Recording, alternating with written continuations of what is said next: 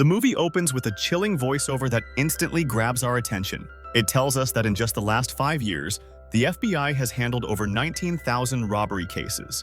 The message is clear. No matter how clever, experienced, or untouchable a thief might believe they are, the FBI always finds a way to hunt them down. And when they do, there's only one ending: a prison cell. But then comes the real warning. If you ever decide to steal, remember this: never fail. And more importantly, make sure no one can ever report it. The camera shifts, and we discover the man behind this ominous voice.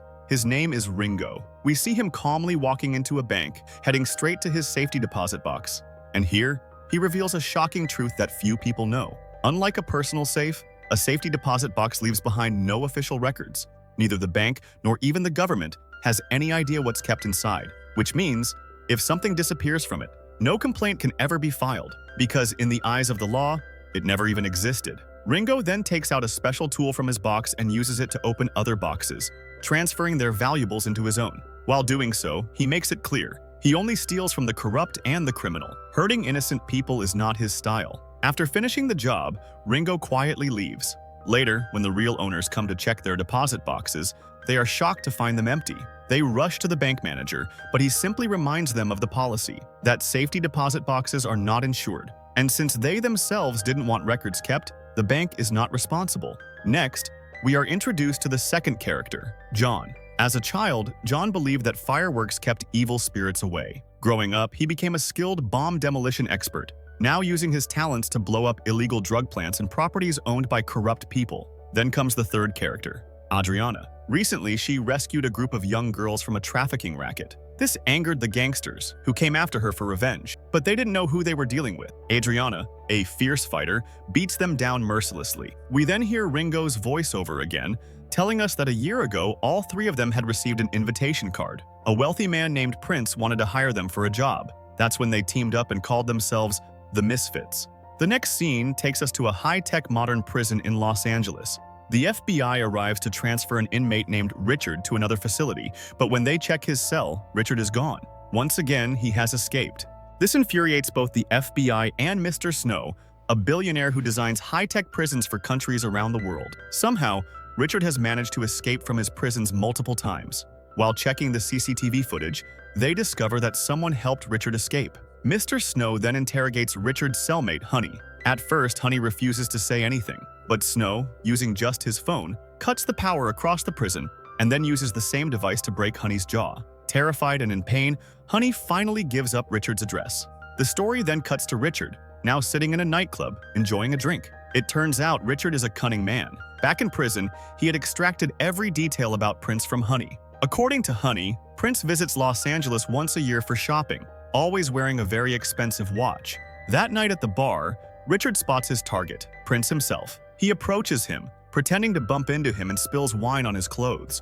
Using the opportunity to clean up, Richard slyly slips Prince's wallet out. But as he heads toward the exit, Prince's guards catch him, retrieve the wallet, and return it to Prince. Richard is beaten up badly for his stunt.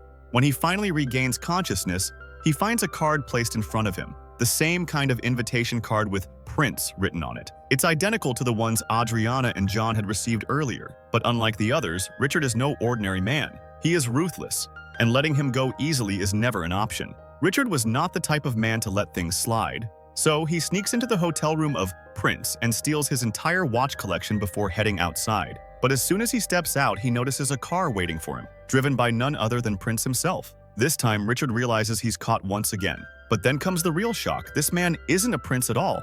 He's actually a con artist, a skilled swindler who impersonates a prince from a country that doesn't even exist on Earth. This very imposter was the one who had sent the same prince invitation cards to Ringo and John. He even reveals to Richard that Honey was his man all along, feeding him false information. He was also the one who arranged Richard's prison escape because he needs Richard's expertise for a bigger job. Just then, the FBI closes in on them, but they manage to escape and reach the airport, where Ringo and Adriana are already waiting. The group boards a private jet and takes off. Inside the plane, Ringo begins introducing everyone. Richard, still skeptical, asks, "Why do you even need an old crook like me?"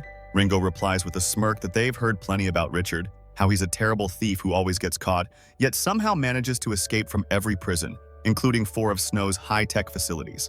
Not to mention, His affairs with Snow's wife had become the talk of the town. That's why Snow personally despises him. This time, he doesn't just want Richard caught, he wants him dead. But the truth is, Snow is their target. Ringo explains that Snow has gotten insanely rich by building prisons across almost every country in the world. Still, his greed wasn't satisfied, so he formed an alliance with a Middle Eastern terrorist organization. Hearing this, Richard is confused but doesn't care much, until Ringo explains further. One of Snow's prisons once held a man named Jason, but secretly, Snow arranged Jason's release. Jason isn't just anyone. He is the right-hand man of Abu Hirav, the leader of the largest Middle Eastern terrorist organization. And now, Snow and this organization are working hand in hand. Richard shakes his head, saying, "You should tell this to the military or the FBI, not me. I don't want to risk my life for this." But then Ringo drops the bait. Inside Snow's prison lies millions of dollars worth of gold. Hearing this, Richard changes his tune instantly and agrees. Adriana explains further. Terrorists don't transfer money directly because it can be traced. Instead, they convert everything into gold and store it in a highly secure location, one that no one dares to approach.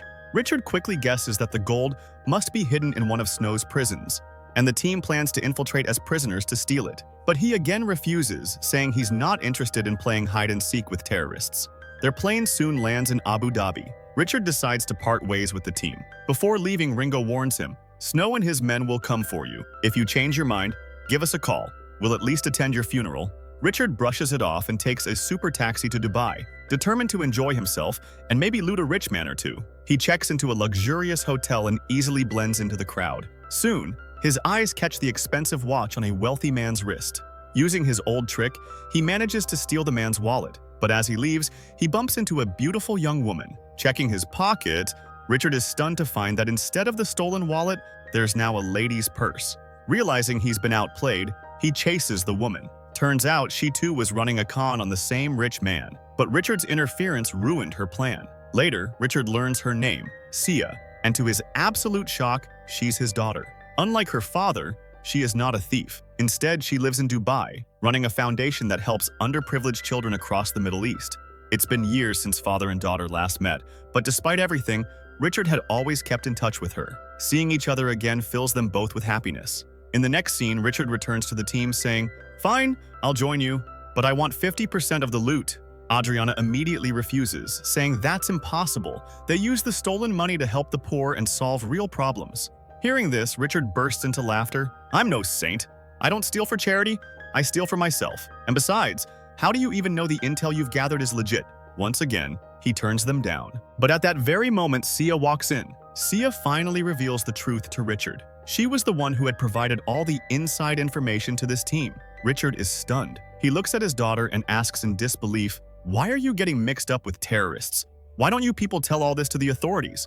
They would take strong action against Snow." But Adriana quickly explains that they've already tried. The problem is that the authorities don't believe them, because Snow has already bought them off. Corruption runs deep, and no one dares to go against him. Hearing this and seeing his daughter insist, Richard finally agrees to become part of the Misfits team. Together, they begin planning the massive robbery. Richard says that before anything else, they'll need the blueprint of the prison and the exact location of the vault. The team sets up a projector and studies the structure of the prison carefully. That's when they notice something odd. The prison has no laundry system. Instead, the space that should have been a laundry area has been converted into a secret vault.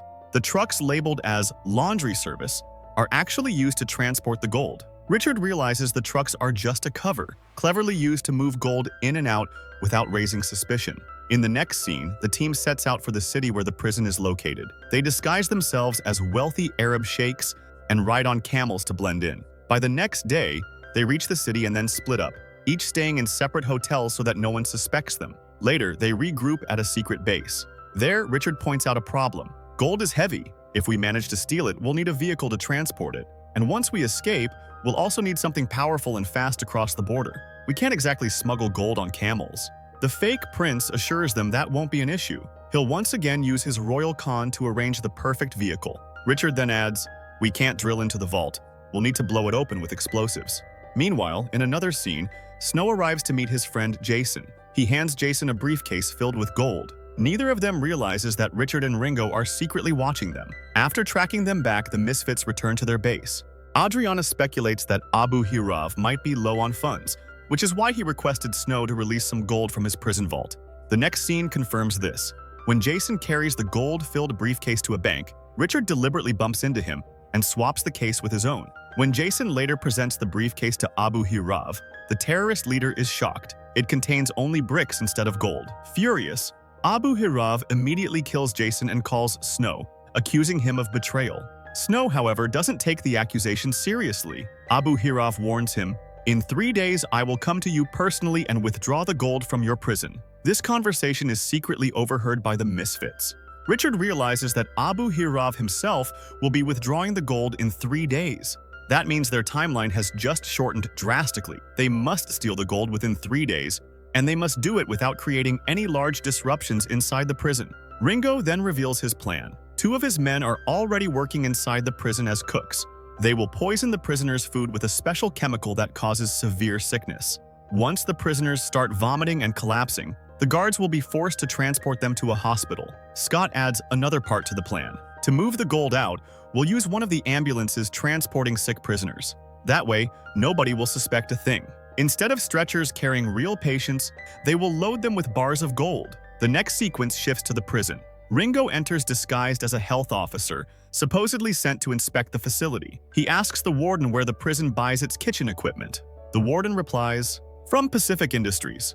Watching through Ringo's hidden camera, Richard and John hack into the prison's systems. Meanwhile, inside the prison, Ringo warns the warden that the current food equipment doesn't meet health safety standards. "You'll have to order 2 new ovens immediately," he says. "Otherwise, your prison will fail the next inspection, and you'll lose your job." Panicked, the warden calls Pacific Industries to order the ovens, but Richard himself takes the call. Soon, Richard and John arrive at the prison disguised as deliverymen with the new ovens. They begin installing them inside the kitchen, but these ovens are no ordinary appliances. They are filled with tools and instruments required for the heist. The warden suddenly shows up to check. Richard and John quickly hide inside the ovens. To their horror, the warden actually turns the ovens on and the two nearly suffocate from the heat. Somehow they manage to distract him and shut it off. During this close call, Richard manages to pickpocket the warden's vault access card and passes it along to his teammates. Once the warden leaves, Richard and John crawl out of the ovens. Using the stolen card, they infiltrate the vault room, carefully scanning the security systems before returning to the kitchen. There, they lace the prisoners' breakfast with the chemical poison. In the next scene, chaos erupts as prisoners begin vomiting and collapsing after eating. The warden and guards are shocked and quickly decide to transfer all the sick inmates to the hospital. Guards start loading the prisoners onto stretchers and into ambulances. Meanwhile, Richard and his team prepare to use this very chaos to smuggle out the gold. John and the others reach the room directly above the vault. They set up their drill machine and begin cutting through the floor. Within minutes, they manage to bore a hole that goes straight into the vault chamber, where mountains of gold are stored. Next, they connect a gas cylinder to a pipe and insert it through the hole, pumping toxic gas into the vault. Once the cylinder is fully emptied, John lights a matchstick and drops it inside. A thunderous explosion rocks the vault, but no alarm is raised, because at that very same moment, the team sets off a decoy blast outside the bank, masking the sound of the vault explosion. Perfect misdirection. John then enters the vault, disables and freezes the CCTV cameras so that nobody realizes a robbery has taken place. Meanwhile, Snow notices the suspicious series of incidents occurring simultaneously. He rushes to the vault and is left shocked. The entire vault is empty, the gold is gone, and the thieves are nowhere to be seen. They've already escaped. Snow immediately orders the prison to be sealed. As he storms through a gallery, he spots Richard and John carrying a stretcher. Suddenly, a gold bar slips out and clatters to the floor. Snow's eyes widen. He instantly realizes that Richard's crew is smuggling the gold out hidden in stretchers. But before he can stop them, Richard and John have already exited the prison. Panic sets in. Snow then receives a call from his men. They've managed to track down Richard's daughter and have taken her hostage. Relieved at this small advantage, Snow regains some confidence. Meanwhile, the police begin inspecting every ambulance and stretcher that leaves the prison. To their confusion, they find no gold at all. Snow too is shocked. Where did the gold go? Just then, a flashy red car zooms past. Suspicious, Snow gives chase. His instincts prove correct. The car is being driven by the fake prince. The prince swerves off-road, driving smoothly through the desert. His car built specifically for rough terrain. Snow's men join the pursuit in their SUVs, but the prince manages to evade them and reach his private plane. Snow and his men catch up, search the prince's car, only to find nothing. No gold. Snow is furious and confused. At this point, we cut to a flashback. The truth is revealed. Richard's team never smuggled the gold out in stretchers.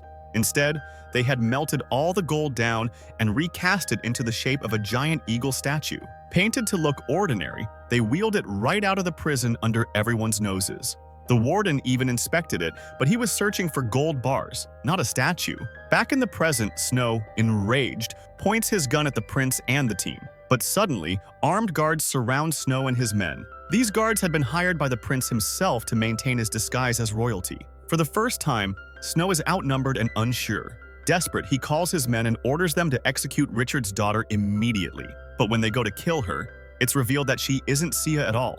It's Adriana in disguise. Using her combat skills, she swiftly takes down all of Snow's men. At the same time, Abu Hirav arrives on the scene. Seeing Snow as a liability, he personally executes him. Amid the chaos, the prince and the Misfits slip away to safety. Later, the team regroups at their rendezvous point, expecting to see the golden eagle statue inside their van. But to their shock, it's not the real statue. It's a fake. Worse, Richard is nowhere to be found. Suspicion rises. Did Richard betray them and run off with the gold alone? Sia is heartbroken. She never expected her father to abandon her like this. But just then, the door of a warehouse creaks open. To everyone's relief, Richard steps out with the golden eagle statue beside him. The team erupts with joy.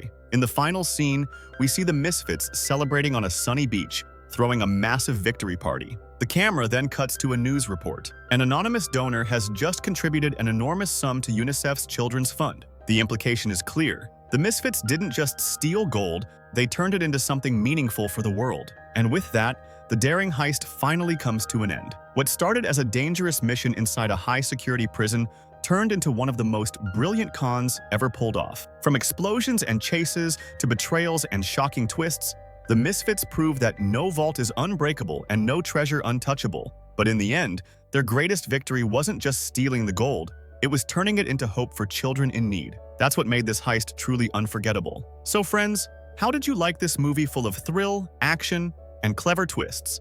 Do share your thoughts in the comments below. And if you enjoyed this recap, don't forget to like the video, subscribe to the channel, and hit the bell icon so you never miss our next breakdown of another mind-blowing film. Until then, take care, stay safe, and I'll see you in the next story.